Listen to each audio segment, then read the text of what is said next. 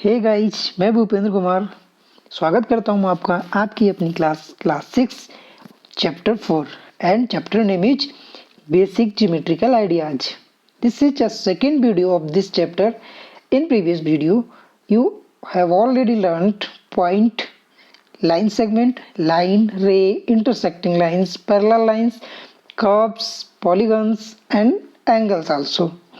Now इन सब के बारे में अगर आपने नहीं पढ़ा है तो आपको पहले वो वीडियो देखनी होगी, इसके बाद में आप इस वीडियो पे आओगे तो आप हमारे YouTube चैनल पे जाके अपनी प्लेलिस्ट में अपनी क्लास को सिलेक्ट करेंगे और वहाँ पे जाके आप इसकी पहली वीडियो को देखोगे. ठीक, अब बात करते हैं हम इसके अगले वाले टॉपिक की.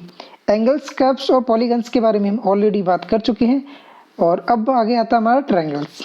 ट्रायंगल्स में आपने शुरू से ही पढ़ा होगा कि ट्रायंगल्स में आपको 3 साइड्स होती हैं और 3 कॉर्नर होते हैं एंड 3 एंगल्स होते हैं, राइट ना. तो इसमें साइड कौन सी बोली जाती है? तो दिस इज अ ट्रायंगल. इसमें side 1 side, 2 side and 3 side हो गया ना. अब इसको डिनोट करने का तरीका क्या होता है? इसको लिखने का तरीका ये होता है, हम यहाँ ए पॉइंट है और यहाँ बी पॉइंट है तो इस वाली पूरी साइड्स को हम बोलेंगे साइड ए. अंडरस्टूड. और ये बी पॉइंट और ये सी पॉइंट मिलके इस वाली साइड को बनाएंगे साइड बी और ये वाली साइड साइड ए सी. तो साइड को हम कैसे लिख सकते हैं? A B, B C and C A. Now ये जो पॉइंट हमारे पास है, पॉइंट बी, पॉइंट सी और पॉइंट ए, ये वर्टेक्सेस बोले जाते हैं और वर्टेक्स को हम ए बी सी करके लिख लेंगे. नाउ बात करते हैं हम एंगल्स की. तो यहाँ एंगल हमारे angle A, angle B and angle C होंगे, ठीक है. लेकिन इनको डिनोट कैसे करते हैं? हमने आपको पिछली वीडियो में भी बताया था कि जो एंगल होता है उसको हम बीच में लिखते हैं. यानी कि अगर इस वाले एंगल को हमें रिप्रेजेंट करना होगा तो हमको यहाँ से लिखना होगा, यानी कि ये ए बी एंड सी. तो this is angle A B C. तो किसकी बात हो रही? जो बीच में होगा, यानी कि बी एंगल की हम बात कर रहे हैं. बड़े ध्यान से समझना है कि यहाँ पे जो एंगल होगा उसको आप बीच में लिखोगे. अंडरस्टूड. नेक्स्ट अगर हम एंगल सी को रिप्रेजेंट करेंगे तो हम इसको लिखेंगे एंगल बी सी एंड ए, ठीक ना. इस तरह से एंगल बी सी ए. और लास्ट बचा हमारा एंगल है तो इसको हम बी ए सी या फिर सी ए बी किसी भी तरह से लिख सकते हैं. तो ये रहा हमारा ट्रायंगल जिसमें आपको 3 साइड्स, 3 एंगल्स और 3 वर्टेक्स देखने को मिलेंगे. नेक्स्ट बात करते हैं इंटीरियर या एक्सटीरियर पॉइंट की. तो किसी भी फिगर के अंदर आपका जो पॉइंट होता है उसको हम इंटीरियर पॉइंट्स बोलते हैं, ठीक है. और जो बाहर होता है उसको हम एक्सटीरियर पॉइंट बोलते हैं. It is so simple. Now अगले टॉपिक पे देखते हैं क्या है. नेक्स्ट हमारा क्वाड्रिलेटरल्स. क्वाड्रिलेटरल्स में आपको 4 साइड्स देखने को मिलेंगी. इसमें क्या होता है? इसमें आपको 4 साइड्स, 4 एंगल्स और 4 वर्टेक्स देखने को मिलेंगे. अच्छा, इसकी बात करते हैं तो इसमें सबसे पहले अगर हम साइड्स की बात करें तो इसमें A B side, B C side, B D side, C D side और सी ए साइड्स. तो कितनी साइड होगी टोटल? These are 4. नेक्स्ट है हमारा एंगल्स. तो यहाँ एंगल भी आपको 4 दिख रहे होंगे, A B C and D. Okay. अब हम क्या करेंगे? इसको डिनोट करने का सेम वही तरीका है जैसे पिछले ऊपर आपने ट्रायंगल्स को शो किया. जिस एंगल को आप बताओगे उसको बीच में लेंगे. जैसे एंगल ए को रिप्रेजेंट करेंगे तो angle C A B, B के लिए एंगल ए बी डी और डी के लिए एंगल बी डी सी और सी के लिए एंगल डी सी ए. क्लियर. तो नेक्स्ट बात करते हैं हम. इसमें एक और होता है एडजेसेंट एंड अपोजिट. तो एडजेसेंट का सिंपल होता है कि जो आप पास पास में होते हैं उनको एडजेसेंट कहते हैं. अब एडजेसेंट आपकी साइड्स भी होती हैं और एंगल भी होते हैं. वो कैसे होंगे? सेम इस तरह से देखिए. अगर हम बात करें साइड्स की तो जो साइड पास पास में होती हैं वो एडजेसेंट साइड बोली जाती हैं. तो साइड सी ए और साइड ए बी, ये दोनों जो साइड हैं आपकी, इनको साइड मतलब एडजेसेंट साइड बोलेंगे. ऐसे इसी तरह से साइड ए बी और साइड बी डी, ये भी हमारी एडजेसेंट साइड बोली जाएंगी. अपोजिट साइड्स कौन सी होंगी? जैसे ए बी साइड्स के अपोजिट सीधे कौन सी साइड आपको दिख रही है? मतलब जो आमने सामने वाली साइड्स होती हैं वो अपोजिट साइड्स होंगी. ए बी के अपोजिट सी डी साइड हो जाएगी. ऐसे ही ए सी के अपोजिट बी डी साइड हो जाएगी. क्लियर ना? गुड. अब एंगल की बात कर लेते हैं. तो एंगल में क्या होता है? एंगल ए और एंगल बी जो दोनों पास पास में एक ही लाइन के द्वारा बने हुए होते हैं वो हमारे एडजेसेंट एंगल्स बोले जाएंगे. ऐसे एंगल बी और एंगल डी, ये दोनों एंगल हमारे एडजेसेंट एंगल हो जाएंगे। अपोजिट एंगल की अगर हम बात करेंगे तो आमने सामने वाले जो एंगल होंगे वो अपोजिट एंगल बोले जाएंगे, यानी कि एंगल सी के आमने यानी सामने कौन सा अपोजिट एंगल है, वो है एंगल बी। ऐसे एंगल ए के आगे अपोजिट सेम कौन सा है, एंगल डी। तो आप समझ गए होंगे, जो पास में होते हैं वो एडजेसेंट साइड या एंगल बोली जाती है, और जो अपोजिट में होती है बिल्कुल सामने होती हैं वो हमारी अपोजिट साइड से अपोजिट एंगल्स बोले जाते हैं। क्लियर ना। नो नेक्स्ट हमारा है सर्कल। सर्कल में बहुत सारी चीजें होती हैं जिनको आपको ध्यान से पढ़ना होगा। सर्कल में देखिएगा, सर्कल में हमारे सबसे पहले हमको जो होता है, ये आप देख के ही पता चल रहा होगा कि आपका ये सर्कल है ना। तो इस सर्कल में सबसे पहला जो मेन पॉइंट आता है वो होता है हमारा सेंटर। तो सेंटर किसे कहते हैं, आपके सामने मैंने ये एक सर्कल बना दिया, लेकिन ये क्या बनाया हमने कहीं से तो इसको पॉइंट आउट किया होगा ना। आपने कंपास सबने देखे हैं और सबने यूज भी किए हैं। तो कंपास में हम क्या करते हैं, एक कंपास में बीच में नोक होती है और एक जगह पेंसिल लगी होती है। तो जो नोक लगा के हम उसको चारों तरफ घुमाते हैं, तो जहाँ पे वो नोक होती है वही उसका क्या बोला जाता है, यस वो उसका बोला जाता है सेंटर। तो यहाँ पे अगर हमने यहाँ पे नोक रखे इसको चारों तरफ घुमाया होगा तो ये हमारा सेंटर कौन सा हो जाएगा, हमारा सेंटर हो जाएगा सेंटर ओ। तो जो बीच में बिल्कुल पॉइंट होता है उसे क्या बोलते हैं, सेंटर बोला जाता है। यानी कभी भी आपसे कोई पूछे कि सर्कल में सेंटर कहाँ होता है, तो सर्कल में सेंटर बिल्कुल उसके मिड पॉइंट में होता है। ओके, नेक्स्ट हम बात करते हैं रेडियस की। तो रेडियस क्या होता है, रेडियस जो सेंटर से और उस पूरे सर्कल में कहीं पे भी टच करती है जो लाइन, वहां से वहां तक का हमारा रेडियस बोला जाता है। जैसे यहाँ पे हमने ओ से लेके एक लाइन खींची जो कहाँ तक गई, ए तक गई, तो ये यहाँ पे आके इसको टच कर रही है आके ना, तो ये इसका इतना जो भी है वो हमारा रेडियस होगा, ठीक है ना।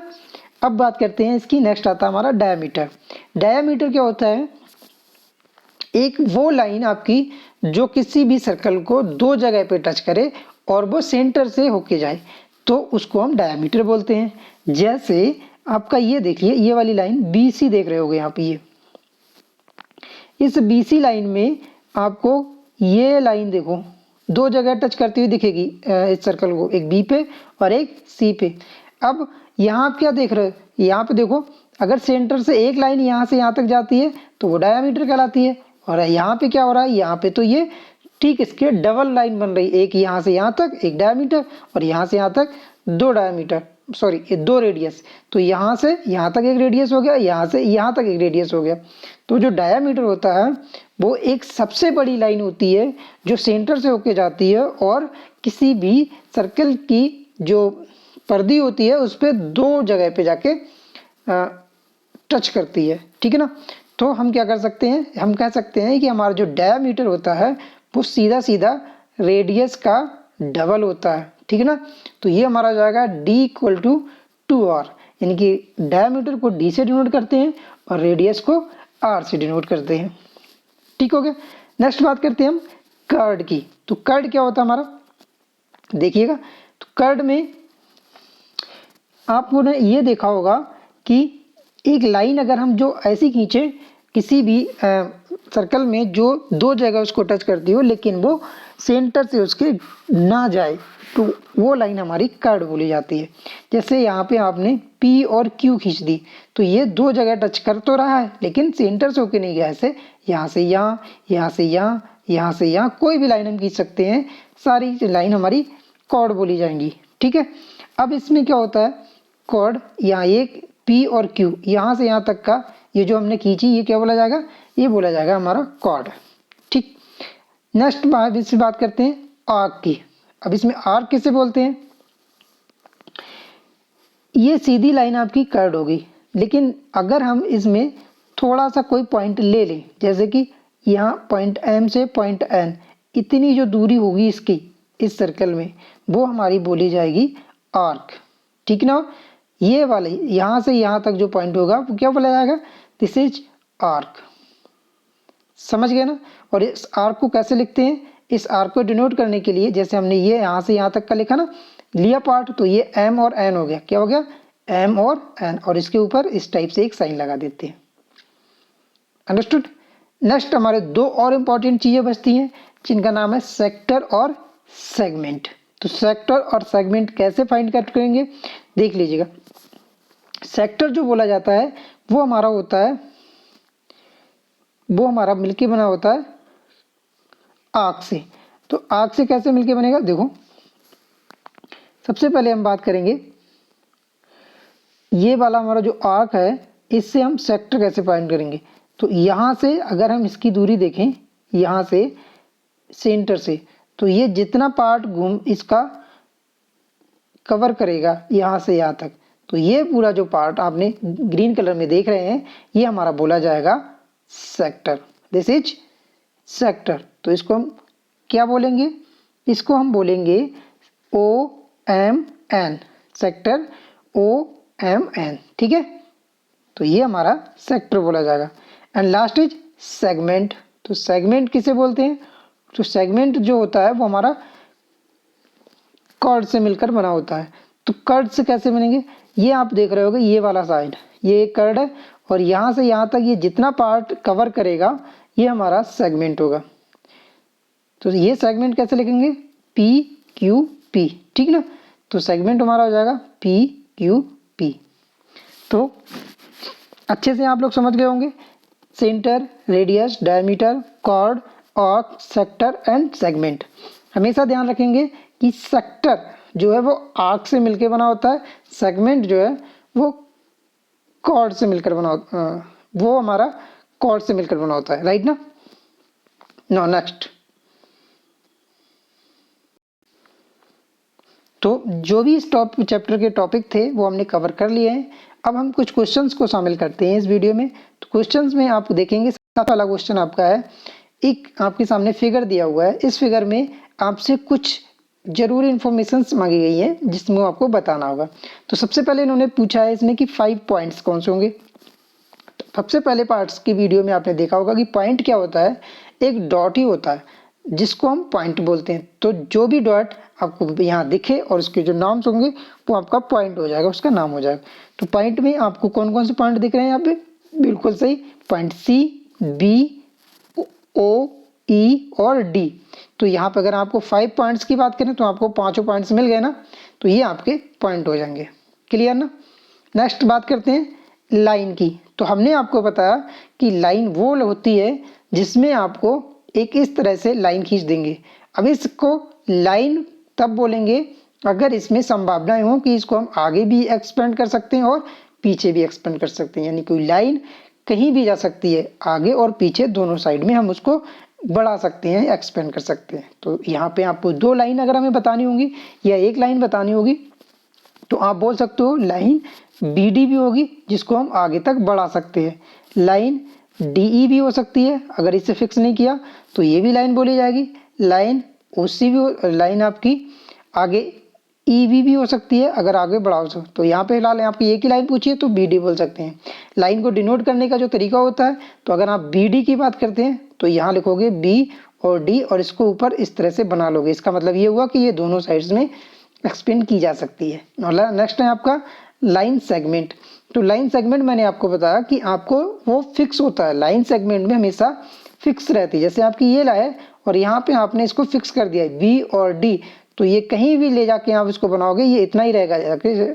आप सपोज करो कि ये 2 सेंटीमीटर है तो ये 2 सेंटीमीटर ही रहेगा, इसको आगे पीछे और नहीं बढ़ा पाएंगे। तो अगर हम ये फिक्स कर दें तो आपका लाइन सेगमेंट एक D बन जाएगा, अगर इसको सिर्फ फिक्स कर दें तो ये एक लाइन सेगमेंट आपका BE बन जाएगा।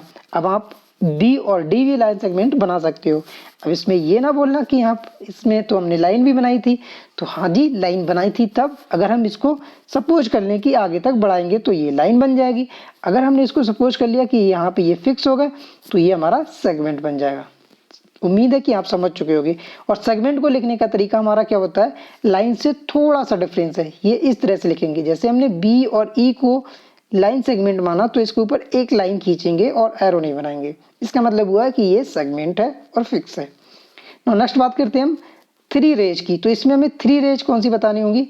रेज आपने पढ़ा होगा भाई सूरज वाला, आपको एग्जाम्पल याद भी होगा कि हमने क्या किया, रेज जो होती हैं वो एक जगह फिक्स पॉइंट से निकलती हैं तो उनको क्या बोलते हैं, रेज। तो यहाँ पे आपको कौन सा फिक्स पॉइंट दिख रहा है, यहाँ पे O एक फिक्स पॉइंट है और सी इसकी तरफ से निकल के जा रहा, तो यहाँ ओ सी क्या हो जाएगी आपकी रेज हो जाएगी। एक तो ये हो गया, ठीक हो गया। एक आपका ओ फिक्स पॉइंट है और बी की तरफ एक रेज जा रही तो ओ बी हो जाएगी। ऐसे ही आपका ओ फिक्स पॉइंट है और डी की तरफ जा रही तो ओ डी भी हो जाएगी। अंडरस्टैंड ना। और रेज को जो लिखने का तरीका होता है वो इस साइड तरह से होता है। जैसे आपने ओ डी रेज को डिनोट किया है तो यहाँ लिखोगे ओ डी और इसको इस तरह से एक्सपेंड कर दोगे। आई होप आप समझ गए होगे। अगर आप समझ नहीं पाओगे तो इस वीडियो को जाके पीछे से पहली वाली वीडियो देख लोगे तो और अच्छे से समझ में आएगा।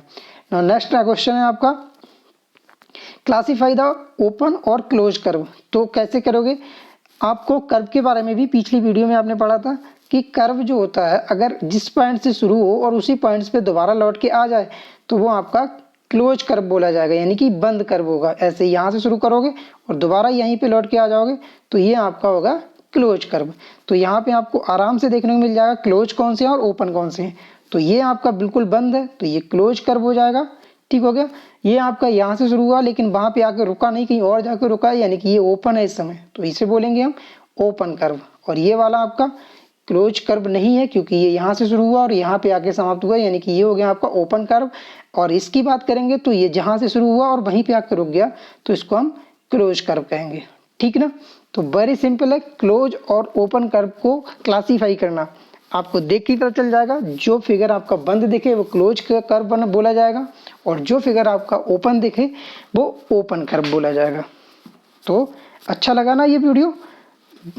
अब आपको करना ये है कि आप इसको फिर से देखेंगे और अपने आप को रिवाइज करेंगे, एक्सरसाइज में जाके इसके क्वेश्चंस करेंगे। मिलते हैं अगले वीडियो में, तब तक के लिए बाय बाय।